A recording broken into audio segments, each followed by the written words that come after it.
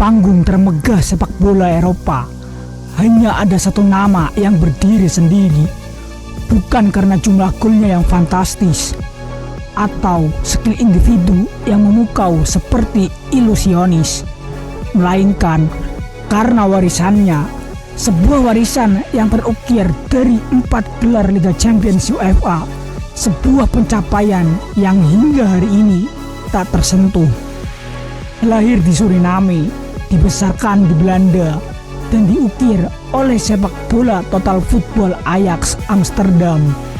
Ia adalah Clarence Clyde Seedorf, seorang jenderal lapangan tengah yang tak pernah puas dengan sekedar berpartisipasi. Ia hanya menerima satu hasil, kemenangan. Saya dilahirkan untuk menang. Itu bukan kesombongan, itu adalah mentalitas. Anda tidak bermain untuk Liga Champions, Anda mengambil Liga Champions. Dokumenter ini bukan sekedar tentang 4 trofi. Ini adalah tentang jiwa di baliknya, tentang perjalanan dari seorang remaja ajaib hingga menjadi arsitek abadi di lini tengah. Ini adalah kisah tentang bagaimana seorang pemain mampu menanamkan mental juara di setiap ruang ganti yang ia masuki.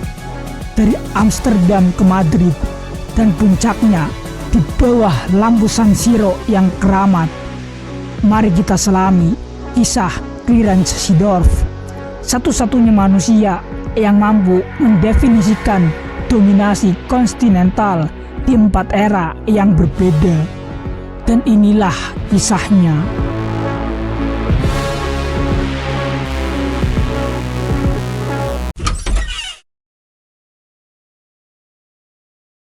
Kisah ini dimulai jauh sebelum gemerlap trofi. Di Suriname, sebuah negara kecil di Amerika Selatan, tempat Seedorf dilahirkan pada 1 April 1976. Namun, ia tumbuh besar di Almere, Belanda. Setelah keluarganya bermigrasi, bakatnya segera terlihat. Akademi Ajax, The Toekomst, adalah tempat di mana permata ini diasah. Dalam lingkungan yang dipenuhi calon bintang seperti Edgar Davids, Patrick Kluivert, dan Edwin van der Sar, Seedorf menonjol bukan hanya karena skill teknisnya yang luar biasa, tetapi karena kedewasaannya yang melampaui usianya. Seedorf melakukan debutnya untuk Ajax pada 29 November 1992 pada usia 16 tahun 7 bulan dan 28 hari, menjadikannya pemain termuda kedua dalam sejarah klub saat itu. Di bawah bimbingan sang maestro Louis van Gaal, Seedorf diintegrasikan ke dalam tim utama Ajax yang akan menjadi salah satu tim paling dominan dan ikonik dalam sejarah sepak bola modern. Sebuah tim yang menerapkan filosofi total football dengan kesempurnaan. Peran Seedorf awalnya sebagai winger kanan yang eksplosif. Ia memiliki tendangan keras yang menjadi ciri khasnya. Namun, fleksibilitasnya membuatnya tak tergantikan. Van Gaal menilainya sebagai pemain yang cerdas yang bisa bermain di mana saja. Puncak dari era Ajax ini datang pada tahun 1995. Di Wina, mereka menghadapi AC Milan yang perkasa di final Liga Champions. Seedorf di usia yang baru menginjak 19 tahun tampil sebagai motor lini tengah. Ketika saya melihat Seedorf di final itu, ia bermain seperti veteran 30 tahun. Ketenangannya di bawah tekanan adalah luar biasa.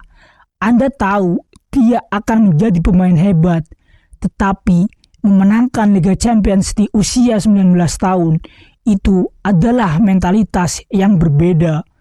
Trofi Liga Champions pertama, sebuah penanda bahwa ia bukan sekedar bakat, melainkan seorang pemenang sejati. Ini adalah momen krusial. Tak lama setelah kemenangan itu, Seedorf mencari tantangan baru, pindah singgah sebentar di Sampdoria yang ia gunakan sebagai batu loncatan menuju panggung yang lebih besar, Real Madrid. Di Spanyol, tantangannya berbeda. Real Madrid saat itu haus akan dominasi Eropa. Mereka telah menunggu 32 tahun sejak terakhir kali mereka mengangkat si kuping besar. Seedorf dengan segala kematangan yang ia bawa menjadi bagian penting dari revolusi yang dipimpin oleh Jupp Heynckes. Salah satu momen paling menakjubkan dari era Madridnya adalah sebuah gol dari hampir setengah lapangan melawan Atletico Madrid. Sebuah tembakan roket yang tak terduga dan brutal. Itu menunjukkan kekuatan fisik dan mentalnya. Ia berani mengambil resiko yang tidak akan diambil pemain lain. Pada tahun 1998 di Amsterdam Arena, ironisnya di kandang lamanya, Seedorf kembali ke final Liga Champions. Real Madrid menghadapi Juventus yang bertabur bintang. Meskipun pertandingan ketat, Real Madrid menang 1-0. Dengan kemenangan ini, Seedorf menjadi salah satu dari sedikit pemain yang memenangkan Liga Champions dengan klub yang berbeda. Ajax 95 dan Madrid 98. Dua gelar Liga Champions sebelum usianya mencapai 23 tahun.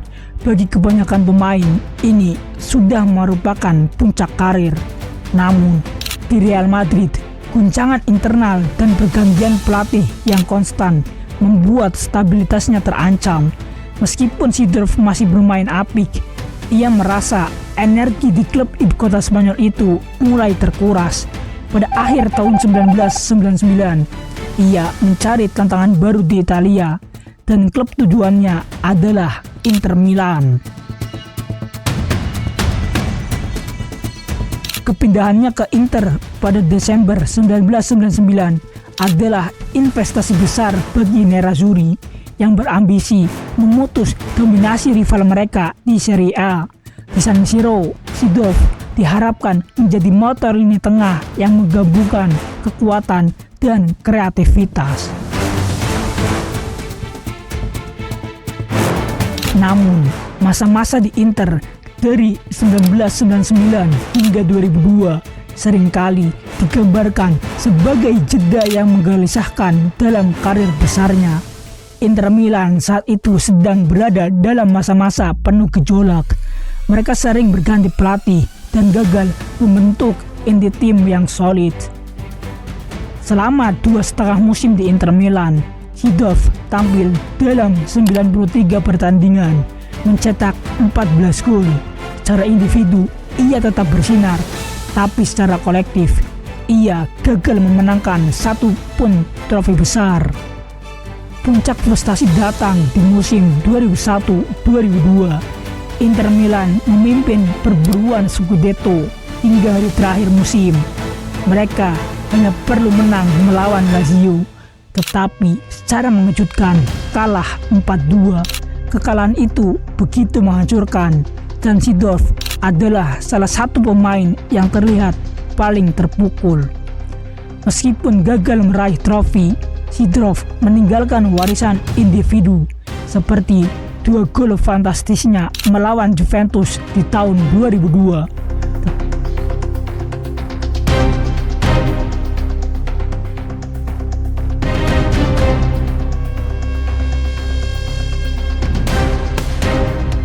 Tapi suasana yang tidak harmonis dan kegagalan untuk mengubah janji menjadi gelar membuat Seedorf merasa harus bergerak lagi.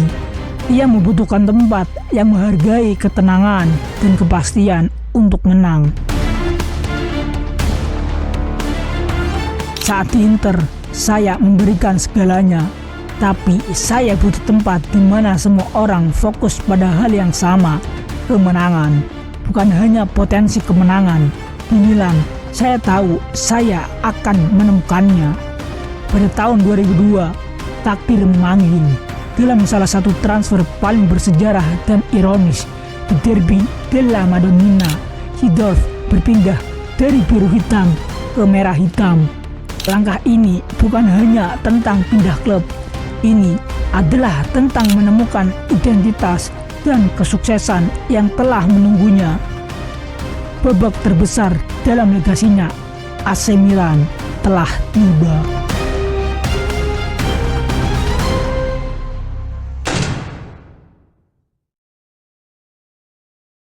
Pada tahun 2002, setelah 1,5 musim yang kurang stabil di Inter Milan, Seedorf membuat langkah yang menentukan. Ia menyeberang ke rival sekota, AC Milan, sebuah keputusan yang akan mendefinisikan dekade sepak bola Eropa. Di bawah Carlo Ancelotti, Seedorf menemukan rumah sejati di lini tengah. Ia diposisikan sebagai mezzala kiri dalam formasi 4-3-1-2 atau di lini tengah yang lebih dalam. Disinilah ia mencapai kematangan sempurna. Clarence adalah seorang profesor. Dia memiliki otak seorang pelatih di tubuh seorang atlet. Dia tidak hanya menjalankan instruksi, dia memahaminya dan dia bisa menjelaskannya kepada rekan-rekannya di lapangan. Trio lini tengah Milan yang ikonik, Andrea Pirlo sebagai regista, Gennaro Gattuso sebagai destroyer dan hati, dan Clarence Seedorf sebagai konektor, kreativitas, dan kekuatan. Mereka adalah orkestra yang sempurna. Musim 2002-2003, Liga Champions kembali memanggil. Final terjadi di Manchester. AC Milan melawan Juventus. Pertandingan yang diwarnai ketegangan tak berkesudahan berakhir imbang 0-0 menuju adu penalti. Seedorf sendiri gagal mengeksekusi penalti. Tendangannya diselamatkan oleh Gianluigi Buffon. Namun pada akhirnya Milanlah yang menang. Kemenangan ini lebih manis. Ini adalah UCL ketiga Seedorf dengan klub yang berbeda pula. Ia kini sendirian di puncak sejarah. Clarence Seedorf resmi menjadi satu-satunya pemain dalam sejarah sepak bola yang memenangkan gelar Liga Champions UEFA dengan 3 klub berbeda: Ajax, Real Madrid, dan AC Milan. Legasinya sudah terukir abadi, namun sang profesor belum selesai. Mentalitas juaranya tetap membara. Ada cerita terkenal tentang tendangan Seedorf. Beberapa rekan setimnya di Milan mengatakan bahwa ia harus berhati-hati saat berlatih karena tembakannya begitu kuat hingga kiper sering merasa takut. Diceritakan tendangan volley kerasnya bisa merobek jaring atau membuat kiper cedera tangan.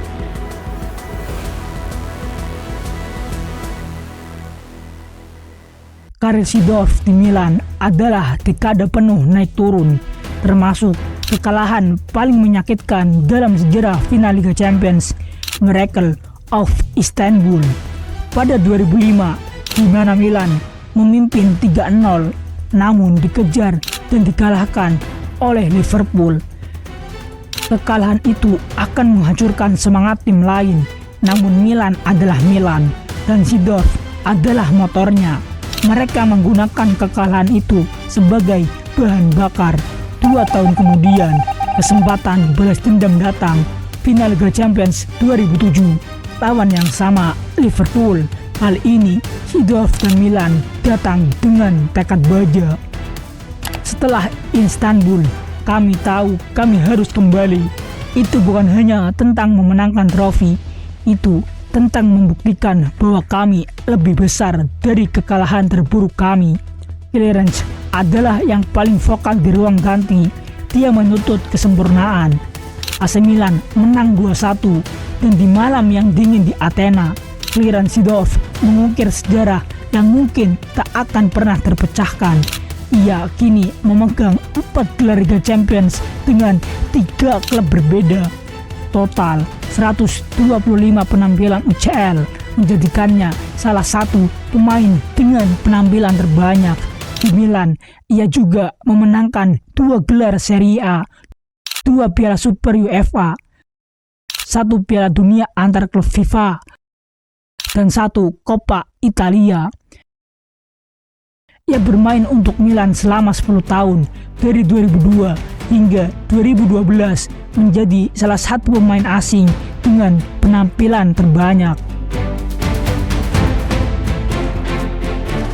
Seedorf dikenal karena kebiasaannya datang ke Milanello, pusat pelatihan, pagi-pagi sekali, jauh sebelum jadwal, untuk menganalisis video lawan dan membuat catatan. Ia adalah pelatih bayangan bagi Ancelotti. Ini menunjukkan dedikasi intelektualnya terhadap permainan. Kualitasnya diakui oleh dunia. Pada tahun 2004, ia dinobatkan oleh Pele sebagai salah satu dari 100 pemain terbaik yang masih hidup. Saya bermain dengan banyak legenda, tetapi Seedorf memiliki aura yang berbeda. Ketika dia berbicara, semua orang mendengarkan, bahkan Paolo Maldini. Dia bisa memberi Anda umpan 50 meter yang sempurna, dan 5 detik kemudian dia menjatuhkan diri untuk melakukan tackle krusial. Dia adalah paket lengkap. Seedorf meninggalkan AC Milan pada tahun 2012 setelah 432 pertandingan dan 62 gol. Ia membawa warisan keahlian teknis yang jarang terlihat pada gelandang dengan fisik sekuat dia. Kemampuannya untuk menembak dengan akurat dan keras menggunakan kedua kakinya adalah anugerah langka.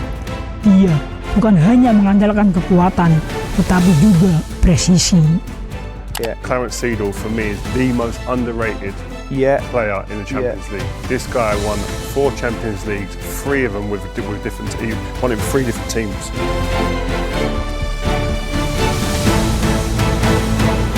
He was unreal. Seriously, off both feet. He was quick. He was strong. He could turn the pace up of the game when needed. Tight areas would receive it off both feet. Balance, unreal.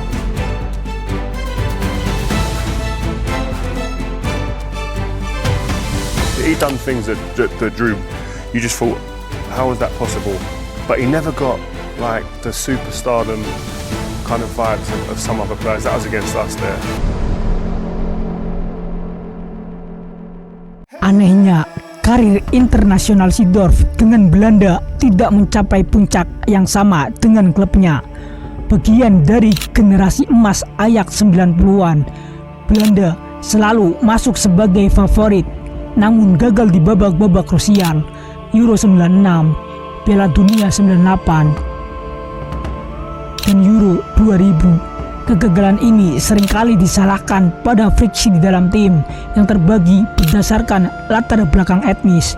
Seedorf menjadi bagian dari perpecahan yang sayangnya menghambat potensi terbesar Orange. Total 87 penampilan untuk Belanda, mencetak 11 gol. Ia membuat debutnya pada tahun 1994. Pada tahun 2006, ia secara mengejutkan memilih untuk pensiun dari tim nasional, merasa ada ketidakpercayaan dari pelatih Marco van Basten. Ia merasa mentalitas juaranya tidak dihargai dalam lingkungan tim nasional saat itu. Meskipun karir timnasnya kurang bergelar, warisan kemanusiaannya jauh lebih bersinar. Seedorf adalah sosok yang sangat berkomitmen pada aksi sosial, terutama untuk tanah kelahirannya, Suriname. Melalui Clarence Seedorf Foundation dan proyek Champions for Peace, ia fokus pada pendidikan dan pengembangan olahraga bagi anak-anak di negara-negara berkembang. Ini adalah sisi lain dari sang juara, sisi yang peduli. Sepak bola hanya alat, bukan tujuan. Tujuan sebenarnya adalah menggunakan platform ini untuk memberikan dampak. Saya ingin memberikan kembali kepada Suriname, memberikan harapan dan pendidikan melalui olahraga. Setelah meninggalkan Milan, ia mengakhiri karir bermainnya di Brasil bersama Botafogo. Di sana, ia kembali menunjukkan profesionalisme dan kepemimpinan yang luar biasa memenangkan Kampionet Carioca pada tahun 2013. Seedorf dikenal karena kemampuannya berbicara 6 bahasa: Belanda, Inggris, Italia, Spanyol, Portugis, dan Seranan Tongo, bahasa Suriname. Keahlian linguistik ini memungkinkannya beradaptasi di ruang ganti manapun, menegaskan perannya sebagai konektor dan pemimpin universal.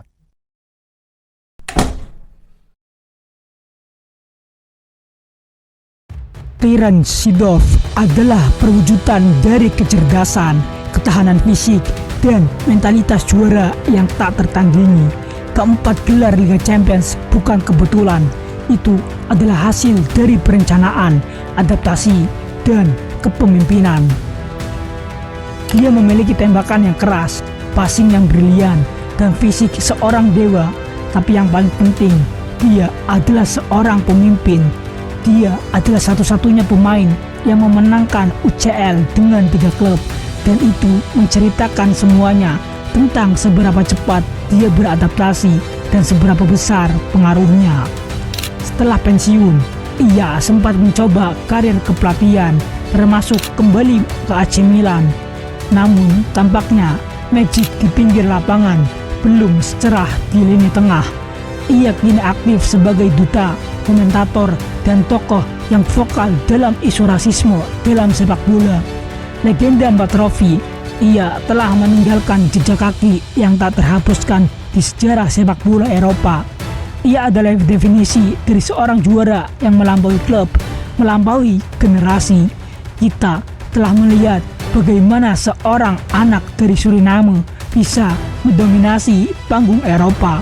Tidak hanya sekali, tapi 4 kali.